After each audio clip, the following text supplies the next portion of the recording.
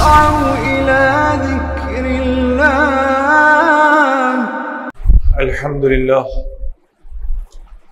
الحمد لله نحمده ونستعينه ونستغفره ونؤمن به ونتوكل عليه ونعوذ بالله من شرور أنفسنا ومن سيئات أعمالنا من يهده الله فلا مضل له ومن يضلله فلا هادي له ونشهد أن لا إله إلا الله وحده لا شريك له ونشهد أن سيدنا محمدا عبده ورسوله فإن خير الحديث كتاب الله وخير الهدي هدي محمد صلى الله عليه وسلم وشر الأمور محدثاتها وكل محدثة بدعة وكل بدعة ضلالة وكل ضلالة في النار أو كما قال صلى الله تعالى عليه وسلم.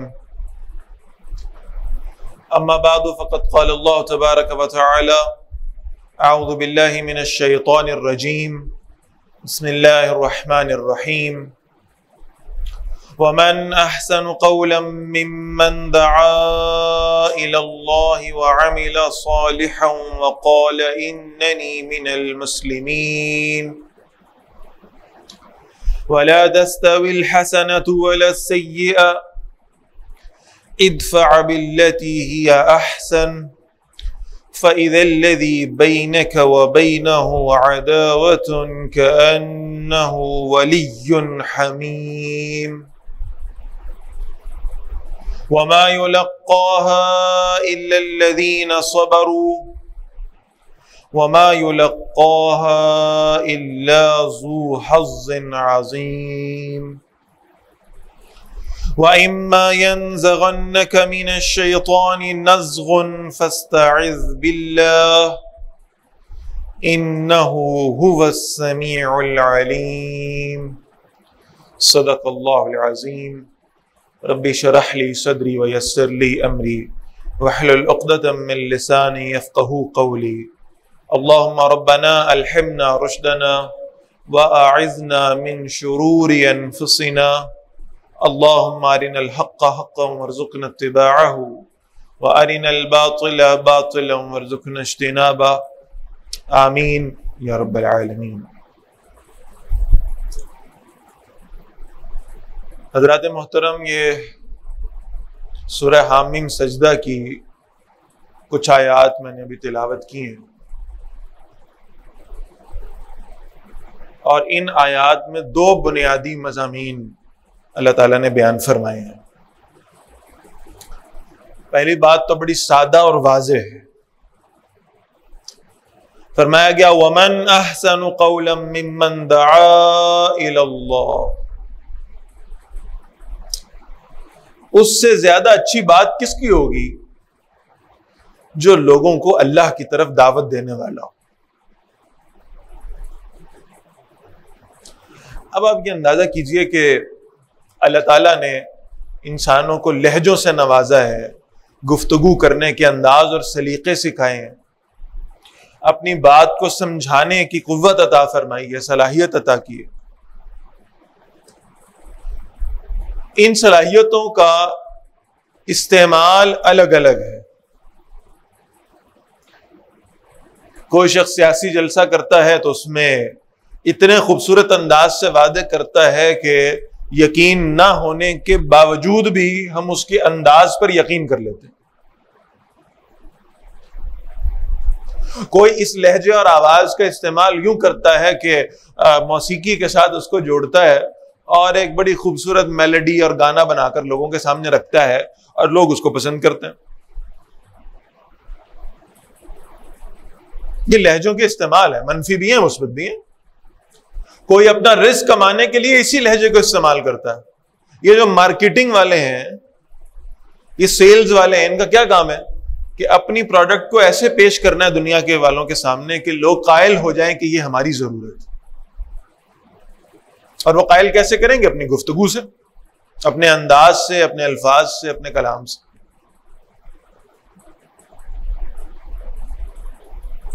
تو انسانوں سے متعلق ان کے لہجوں اور ان کی گفتگو اور الفاظ کے چناؤ سے متعلق پسند مختلف ہو سکتی ہے، لیکن ایک پسند اللہ رب العالمین کی، اور اللہ تعالیٰ یہاں اپنی پسند کا اظہار فرما رہے ہیں وَمَنْ أَحْسَنُ قَوْلًا مِّمَّنْ دَعَا إِلَى اللَّهِ، اللہ کو سب سے اچھی بات کس کی پسند ہے؟ جو لوگوں کو اللہ کے دین کی طرف بلانے والا۔ پھر اس میں دوسری شرط کو اللہ نے بیان کیا وَعَمِلَ صَالِحًا، اور وہ لوگوں کو اگر اللہ کے دین کی طرف بلاتا ہے تو اس کا اپنا عمل بھی صالح ہونا چاہیے۔ یعنی پہلی بات ہماری سمجھ میں یہ آ گئی کہ دین کی دعوت دینے والوں کا اپنا عمل اگر اچھا ہوگا تو ان کی دعوت میں ممد و معاون ثابت ہوگا۔ لوگ کہیں گے بھائی یہ بہت اچھا آدمی ہے، اس کے اپنے اعمال بہت اچھے ہیں، بڑا نیک آدمی، تو لہٰذا اس کی گفتگو میں اثرات پیدا ہوں گے، تاثیر اللہ پیدا فرما دے گا۔ اور پھر تیسری بات اللہ نے فرمائی وَقَالَ إِنَّنِي مِنَ الْمُسْلِمِينَ، اس دین کی دعوت دینے والے شخص کی دعوت مسلکی نہیں ہونی چاہیے، بلکہ ایسا ہو کہ وہ اپنے آپ کو مسلمانوں میں سے ظاہر کرے، اسلام کی دعوت دینے والا ہو۔ ہاں اس کی اپنی پسند ناپسند اپنی جگہ پر ہے، اس کی ترجیح کسی ایک مسلک کو ہو، وہ اپنی زندگی میں اس مسلک پر چل رہا ہو، اس میں کوئی حرج نہیں ہے، لیکن اس کی دعوت کی بنیاد مسلک نہیں ہونا چاہیے،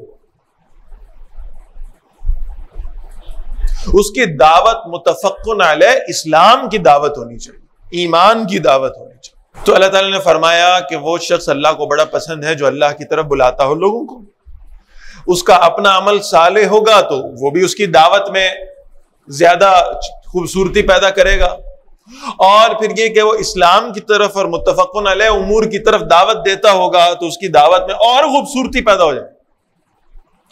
لیکن اس دعوت اللہ کو 4 چاند لگ جائیں گے جب اگلی بات آ جائے، اور وہ کیا ہے؟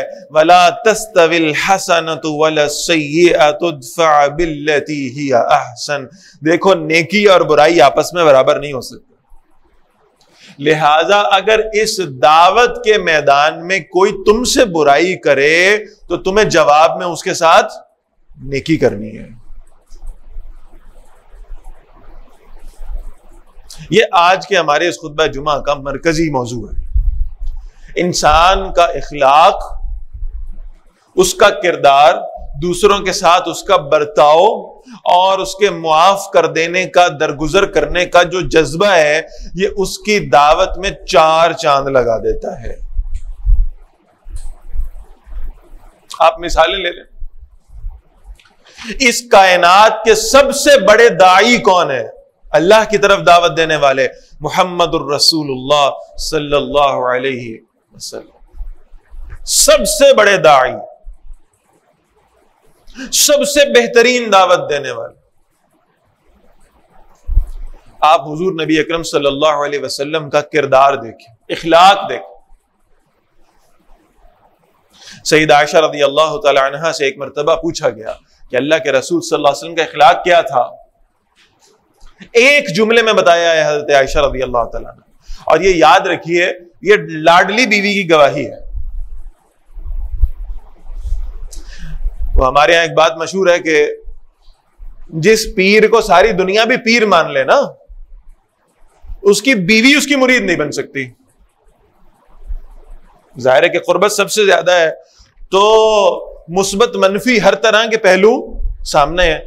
بیوی رازدان ہے، وہ جہاں اچھی باتیں جانتی ہیں وہاں بری عادتوں سے بھی واقف ہے، لیکن نبی اکرم صلی اللہ علیہ وسلم کی بے شمار عظمتوں میں سے ایک بہت بڑی عظمت یہ ہے کہ رسول اللہ صلی اللہ علیہ وسلم نے ایک وقت میں، یعنی کل کہہ رہا ہوں، ایک وقت میں تو 7-8 تک بھی رہی ہیں ازواج مطہرات، اور کل 11 بیویاں رہیں، اور ان 11 کی 11 بیویوں نے امہات المومنین نے رسول اللہ صلی اللہ علیہ وسلم کی وہ تعریفیں اور عظمت احادیث میں بیان کی ہیں جو نبی اکرم صلی اللہ علیہ وسلم کے کردار پر گواہی دیتی۔ اور بھی آپ صلی اللہ علیہ وسلم کی بے شمار عظمتیں، بے شمار دلائل ہیں، لیکن سب سے قریب رہنے والی بیویاں وہ رسول اللہ صلی اللہ علیہ وسلم کی سب سے زیادہ عظمت بیان کرنے والی خواتین. تو سیدہ عائشہ رضی اللہ تعالیٰ عنہ ان 11 میں سے بھی سب سے لاڈلی ہیں, سب سے زیادہ محبت بھی ہے ان سے. اتنی محبت ہے کہ اللہ کے رسول صلی اللہ علیہ وسلم ہاتھ اٹھا کر دعائیں کرتے ہیں کہ اللہ عائشہ کے بارے میں مجھ سے سوال نہ کریے گا, اس لیے کہ جو محبت آپ نے عائشہ کے حوالے سے میرے دل میں ڈالی ہے وہ باقیوں کے حوالے سے شاید نہیں ہے. رضی اللہ تعالی عنہ, وہ لاڈلی بیوی, وہ محبوب بیوی. اللہ کے رسول صلی اللہ علیہ وسلم کے بارے میں کسی صحابی نے پوچھا بتائیں کہ آپ صلی اللہ علیہ وسلم کا اخلاق کیا تھا, تو فرماتی ہیں کان خلقہ القرآن, اللہ کے رسول صلی اللہ علیہ وسلم کے اخلاق تو قرآن ہی تھے. یعنی میں ان کے اس جملے کو اگر اس کی شرح کرنا چاہوں تو بہت آسان ہے. ہمارے یہ جو نوجوان ہیں اسکولز میں, کالجز میں, یونیورسٹیز میں پڑھنے والے, ان کے لیے تو سمجھنا بہت آسان ہے. آپ ان سے پوچھیں, آپ کوئی مضمون پڑھتے ہیں نا, اس مضمون کے 2 حصے ہیں, ایک اس کی تھیوری ہے اور ایک اس کا پریکٹیکل ہے. اسلام کی تھیوری قرآن مجید ہے اور اسلام کا پریکٹیکل رسول اللہ صلی اللہ علیہ وسلم کی حیات طیبہ ہے. تو عملی نمونہ ملے گا تو نبی اکرم صلی اللہ علیہ وسلم میں ملے گا. تو اللہ کے رسول صلی اللہ علیہ وسلم کے اخلاق سب سے اونچے درجے پر فائز ہیں. قرآن مجید نے اس پہ گواہی دیا ہوا انک لعلی خلق عظیم. نبی صلی اللہ علیہ وسلم آپ تو بہت اونچے درجے کے اخلاق پہ فائز. کیسا درگزر اور کیسا حسن اخلاق رسول اللہ صلی اللہ علیہ وسلم نے پایا ہے. میں 1-2 مثالیں دے کے انشاءاللہ بات آگے بڑھاتا ہوں. وہ ایک بڑھیا بیٹھی ہے, سامان باندھ رکھا ہے, اپنے آبا و اجداد کے دین کی حفاظت کا اتنا خیال ہے کہ ہجرت کا ارادہ کر بیٹھی ہے. سامان باندھ کے بیٹھی ہے, دروازے کے باہر سامان اٹھانے لگتی ہے, اٹھایا نہیں جاتا, اور ارادہ یہ کر بیٹھی ہے کہ میں مکہ چھوڑ جاؤں گی, اس لیے کہ مکہ میں ایک شخص آیا ہے جس کو لوگ کہتے ہیں یہ جادوگر ہے معاذ اللہ, اور یہ لوگوں سے ان کے آبا و اجداد کا دین چھین لیتا ہے, انہیں ان کے دین سے گمراہ کر دیتا ہے. لہذا اس سے پہلے کہ میں ان کی باتوں میں آ جاؤں اور اپنے دین کو چھوڑ بیٹھوں, میں یہاں سے اس علاقے سے مکہ سے ہجرت کر جاتا ہوں. بوڑھی عورت سامان باندھ کے بیٹھی ہے.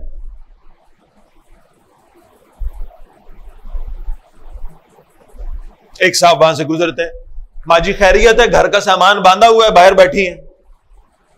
کہا بس میں مکہ چھوڑ کے جا رہی ہوں, سامان اٹھایا نہیں جاتا, تو بیٹا اگر تم میری مدد کرو تو یہ سامان اٹھاؤ میرے سر پہ رکھ دو. ان صاحب نے سامان اٹھایا, سامان بھاری تھا. کہا اماں جی ایسا نہ ہو کہ یہ سامان جہاں آپ جانا چاہتی ہیں وہاں تک میں خود پہنچاؤں. کہا پتر اس سے اچھی بات کیا ہوگی. انہوں نے سامان اٹھایا, لے کے چل پڑے.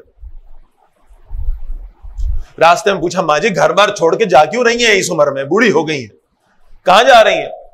کہا بیٹا ایک آدمی مکے میں آیا ہے, اس کا نام ہے محمد صلی اللہ علیہ وسلم, لوگوں کو ان کے دین سے دور کر رہا ہے,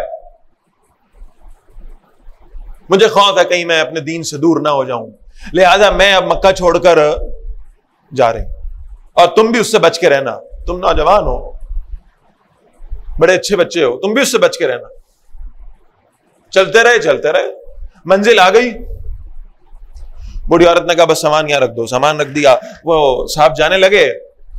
اس بڑی عورت نے کہا کوئی مجھ سے پوچھے گا بی بی مکہ کیوں چھوڑ کے آئی ہے, میں کہوں گی وہاں ایک شخص تھا جو جادوگر تھا اور وہ لوگوں کو ان کے دین سے دور کرتا تھا, میں اس کی وجہ سے مکہ چھوڑ کر آئی ہوں. باہر کے لوگوں پر مکہ کا تاثر اچھا نہیں بنے گا, تو تم مجھے اپنا نام بتا جاؤ تاکہ جب کوئی مجھ سے پوچھے تو میں کہوں گی مکہ میں جہاں جادوگر لوگ موجود ہیں اور لوگوں کو ان کے دین سے دور کرنے والے موجود ہیں, وہاں ایسے نوجوان بھی مکہ میں موجود ہیں جو دوسروں کی مدد کرتے ہیں, تم اپنا نام تو بچا کے جاؤ. تو وہ شخص مڑتا ہے اور مڑ کے کہتا ہے اماں جی جس جادوگر کی بات کر رہی تھی وہ جادوگر آپ کے سامنے کھڑا ہے, میں ہی محمد ہوں صلی اللہ علیہ وسلم. ایک لمحہ سوچے بغیر وہ بوڑھی عورت کلمہ پڑھ لیتی ہے. کوئی مہر نبوت نہیں, کوئی معجزہ نہیں, کچھ نہیں دیکھا اس نے, کوئی ثبوت طلب نہیں کیا, کسی درس میں نہیں بیٹھی، کہیں قرآن نہیں سنا، کہیں دلائل نہیں مانگے، صرف اس اخلاق کی وجہ سے جو نبی اکرم صلی اللہ علیہ وسلم میں پایا جاتا۔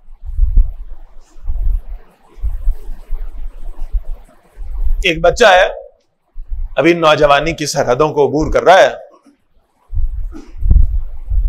باپ فوت ہو گیا، گھر میں غربت نے ڈیرے جما لیے، ماں کے پاس جو کپڑے اس نے پہنے ہوئے نا وہ کپڑے پھٹ گئے۔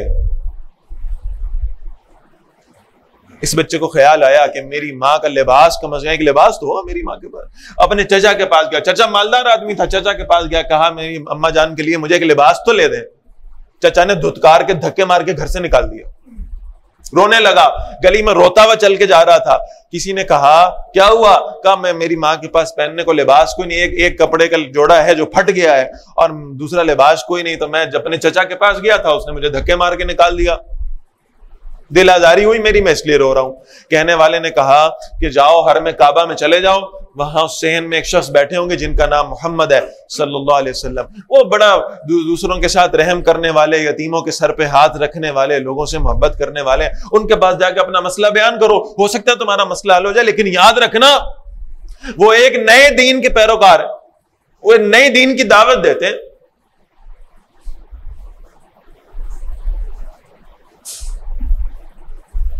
یہ بچہ سیدھا بیت اللہ میں گیا، رسول اللہ صلی اللہ علیہ وسلم تشریف فرما تھے، آنکھوں میں اس بچے کے آنسو ہیں۔ نبی اکرم صلی اللہ علیہ وسلم نے پوچھا بیٹا کس لیے آئے ہو؟ کہا یہ بعد میں بتاؤں گا کس لیے آیا ہوں، پہلے یہ کہہ رہا ہوں کہ دیکھیں آپ نے میرا کام کرنا ہے یا نہیں کرنا، میں آپ کو پہلے بتا دوں میں نے آپ کا دین قبول نہیں کرنا۔ حضور صلی اللہ علیہ وسلم مسکرائے، کہا میں نے تو تجھے کہا ہی نہیں کچھ، تو اپنا مسئلہ بتا۔ کہ یا رسول اللہ صلی اللہ علیہ وسلم، یاد آ رہا ہے اس نے تو، ہم تو یا رسول اللہ کہہ رہے ہیں صلی اللہ علیہ وسلم، اس نے تو اے محمد کہا ہوگا صلی اللہ علیہ وسلم۔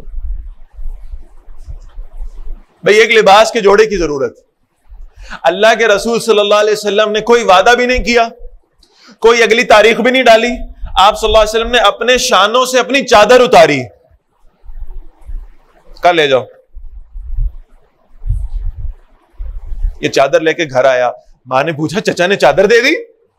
کہا چچا نے تو دھکے مار کے نکال دیا تھا، لیکن ایک صاحب ہے جن کا نام ہے محمد صلی اللہ علیہ وسلم، ان کے پاس گیا تھا، ان کو اپنا مسئلہ بیان کیا، لیکن یہ کسی نئے دین کی دعوت دیتے ہیں۔ بہرحال میں نے انہیں کہا میں آپ کے دین پہ ایمان نہیں لاؤں گا۔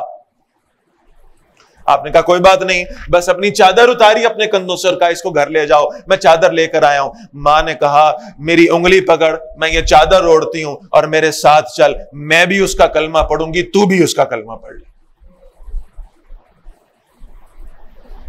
صلی اللہ علیہ وسلم۔ یہ ہے وہ اخلاق کی قوت تسخیر۔ کافر ہے، اللہ کے منکر ہے، اس میں کوئی شک نہیں ہے، لیکن جب آپ ان کو دین کی دعوت دینے کی بات کریں گے تو پھر آپ کو اپنے لہجے نرم کرنے ہوں گے، پھر آپ کو اپنے اخلاق اچھے کرنے ہوں گے، اور آپ کے اخلاق کا نرم ہونا، آپ کے کردار کا، آپ کے بیہیویئر کا ان کے ساتھ اچھا ہونا، وہ ان کو دین کی جانب راغب کرنے کا سبب بن جائے گا۔ میں بہت دفعہ اپنے خطبات میں یہ واقعہ ذکر کرتا ہوں۔ امیر شریعت سید عطا اللہ شاہ بخاری صاحب رحمۃ اللہ تعالی علیہ، وہ کسی شہر میں خطاب کے لیے تشریف لے گئے، تانگے پہ، تانگے چلتے تھے اس زمانے میں، تانگے پہ چلے گئے، علماء کی دعوت تھی، کھانے کا اہتمام تھا، اس کے بعد خطاب ہونا تھا۔ شاہ جی کھانا کھانے کے لیے بیٹھنے لگے تو کھڑکی سے باہر دیکھا ایک شخص جھاڑو دے رہا تھا۔ شاہ جی نے دیکھا تو پیٹ کمر کے ساتھ لگا ہوا ہے۔ شاہ جی نے اس کو آواز دی، ادھر آ بھائی، تجھے بھوک لگی ہے؟ اس نے کہا جی لگی ہے۔ شاہ جی نے کہا اندر آ جاؤ۔ وہ ڈرتے ڈرتے اندر آیا، بڑے بڑے علماء بیٹھے ہیں، جبے کبے دستاریں، سب اس کو دیکھ کر کے عیسائی کہاں سے آ گیا؟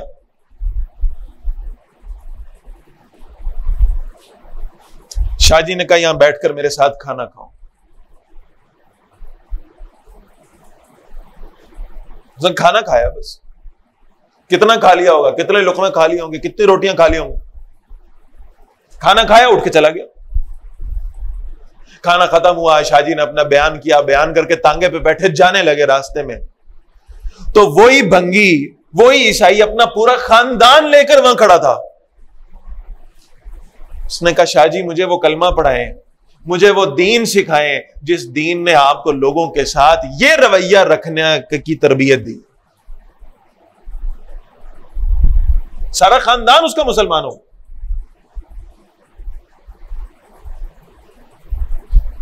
اور یہ تو وہ اخلاق و کردار ہے جو غیر مسلموں کے ساتھ اللہ کے رسول صلی اللہ علیہ وسلم کا رہا ہے. تو آپ اندازہ کیجئے کہ مسلمانوں کے ساتھ پھر وہ محبت کا معاملہ کیا ہو، جن کے بارے میں کہا جا رہا ہے اشداء علی الکفار، کہ کفار پر تو یہ لوگ شدید تھے، ان کفار پر اپنی شدت کے رویے کے باوجود جب ان کو دعوت دینے کی بات آتی تھی تو محبت سے دعوت دیا کرتے تھے. تو آپ اندازہ کریں کہ جن کے بارے میں حکم ہی رحماء بینہم کا ہے کہ جن کے یعنی مسلمانوں کے ساتھ ان کی باہمی محبتیں، ان کی تعلقات، ان کا ایثار، ان کی قربانیاں ہونی چاہیے ایک دوسرے کے لیے، ان مسلمانوں کے ساتھ صحابہ کا کیا رویہ ہوتا؟ کیا آج مسلمانوں کے مابین وہ محبت موجود ہے؟ ہمارا بڑا دل کرتا ہے کہ لوگوں کو دین کی طرف دعوت دیں، ہمارے اہل دین کی محنتیں بھی اس میں بے شمار ہیں، کوئی شک نہیں ہے، لیکن کیا ہمارے اخلاق ایسے ہیں؟ کیا ہمارے رویے ایسے ہیں؟ آپ نے کسی کا حق مار لیا، کسی کی امانت دینی تھی اس میں خیانت کر لی ہے، آپ نے کسی کو کچھ قرض ادا کرنا تھا، آپ نے اس کو وہ قرض ادا نہیں کیا وقت کے اوپر، اب آپ اس کو 100 ٹن واز کرتے رہیں، اس کے سامنے آپ کا کردار موجود ہے، وہ کہاں آپ کی بات مانے گا؟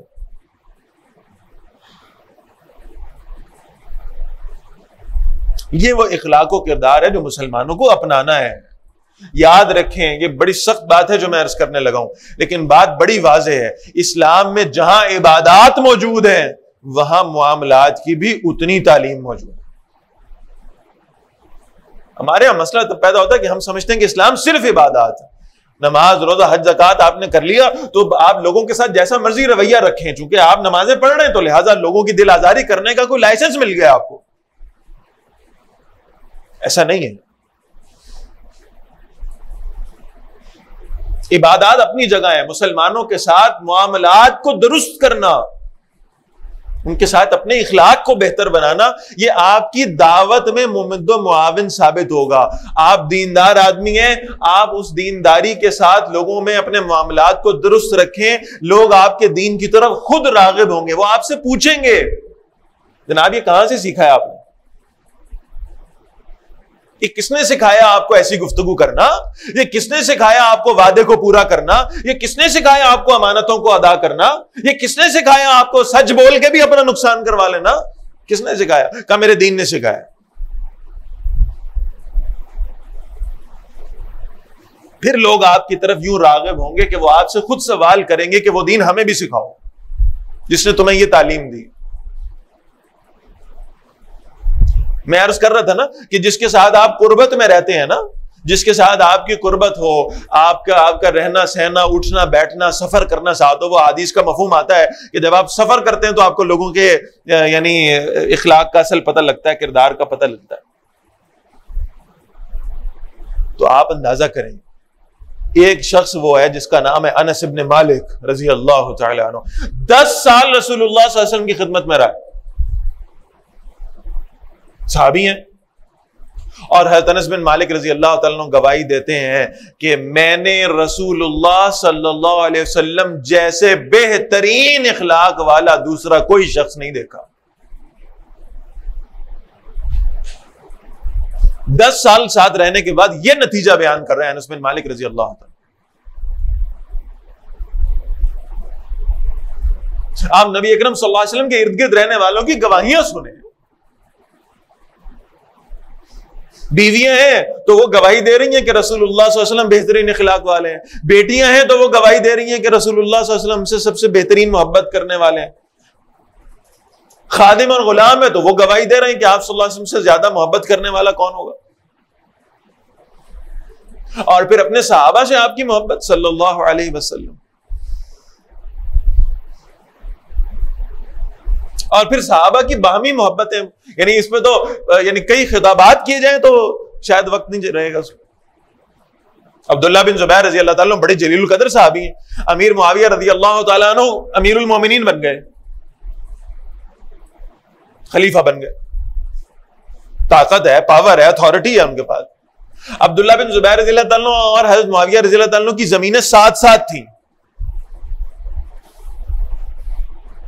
حضرت معاویہ نے کچھ لوگ رکھے ہوئے تھے ٹھیکے پہ، وہ کام کرتے تھے ان کی زمینوں پہ۔ عبداللہ بن زبیر رضی اللہ تعالیٰ نے خط لکھا حضرت معاویہ رضی اللہ تعالیٰ کو، اور خط لکھ کر انہوں نے کہا کہ آپ کے کارندے، آپ کے غلام جو ہے نا، جو آپ کی زمینوں پہ کام کرتے ہیں، وہ اکثر اوقات میری زمین پر آ جاتے ہیں، وہاں دست درازی بھی کرتے ہیں، وہاں گھومتے پھرتے بھی رہتے ہیں، مجھے یہ بات ناپسند ہے۔ اگر آپ نے ان کو نہ روکا نا اپنے غلاموں کو، تو میں ان کو بھی اور آپ کو بھی ٹھیک کر دوں گا۔ یہ امیر المومنین کو لکھ رہے ہیں عبداللہ بن زبیر رضی اللہ۔ خط آ گیا، حضرت معاویہ رضی اللہ تعالیٰ حکمران ہے، خط پڑھا، یزید سے پوچھا یہ خط آیا ہے اس کا کیا کریں؟ اس نے کہا ایسا کریں ایک لشکر بھیجیں، عبداللہ بن زبیر کو زنجیروں میں گرفتار کر کے لائے۔ حضرت امیر معاویہ رضی اللہ تعالیٰ نے فرمایا میں تمہیں اس سے بہتر جواب بتاتا ہوں۔ خط لکھا۔ عرب کا رواج ہے کہ جب خط لکھتے ہیں نا تو خط لکھنے والا اپنا نام پہلے لکھتا ہے اور جس کو خط لکھ رہا ہے اس کا نام بعد میں لکھتا ہے۔ صحابہ اسے الٹ دیتے تھے، جب رسول اللہ صلی اللہ علیہ وسلم کے نام لکھتے تھے تو تعظیماً نبی اکرم صلی اللہ علیہ وسلم کا نام پہلے لکھتے تھے، اپنا بعد میں لکھتے تھے۔ حضرت معاویہ رضی اللہ تعالیٰ لکھ سکتے تھے یہ خط ہے امیر معاویہ امیر شام کی جانب سے عبداللہ بن زبیر کے نام۔ امیر معاویہ رضی اللہ تعالیٰ نے تعظیماً لکھا، یہ نام بھی نہیں لکھا عبداللہ بن زبیر رضی اللہ تعالیٰ، یہ خط ہے رسول اللہ صلی اللہ علیہ وسلم کے پیارے صحابی حضرت زبیر رضی اللہ تعالیٰ عنہ کے بیٹے عبداللہ بن زبیر کے نام، امیر معاویہ کی طرف سے رضی اللہ تعالی عنہما۔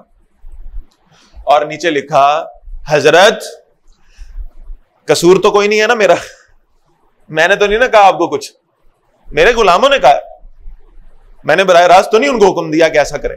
بہرحال حضرت آپ کی دل آزاری ہوئی ہے میرے غلاموں کی کسی حرکت پر،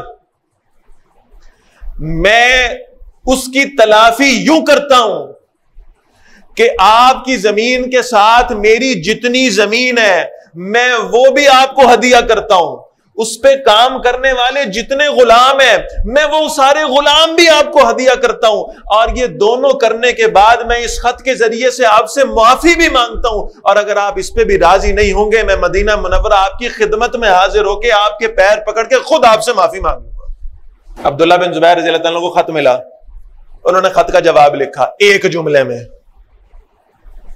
کہا معاویہ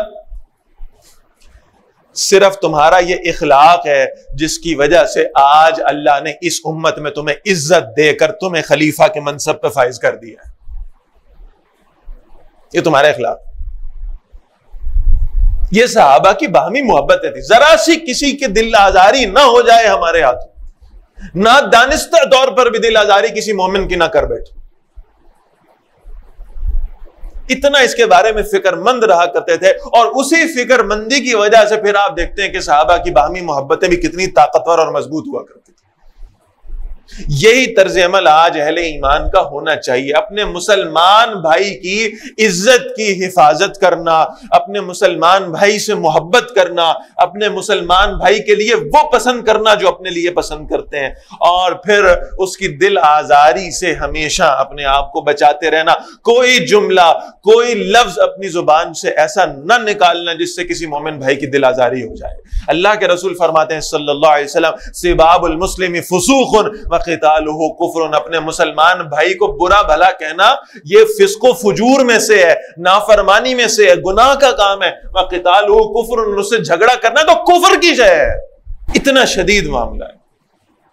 تو اللہ تعالی ہمیں اپنے اخلاق کو بہتر بنانے کی توفیق عطا فرمائے، ہمیں رسول اللہ صلی اللہ علیہ وسلم کے اسوہ حسنہ کے مطابق اپنی زندگیوں کو بنانے کی توفیق دے، اور پھر اپنے اخلاق و کردار سے لوگوں کے دلوں کو مسخر کرنے کی توفیق عطا فرما دے۔ اللہ ہمارا اخلاق ایسا بنا دے کہ ہماری گفتگو سے، ہمارے عمل سے لوگ اسلام کے ساتھ جڑنے والے بن جائیں، متنفر ہونے والے نہ بنیں۔ اقول قولی ھذا واستغفر اللہ لی ولکم ولسائر المسلمین والمسلمات۔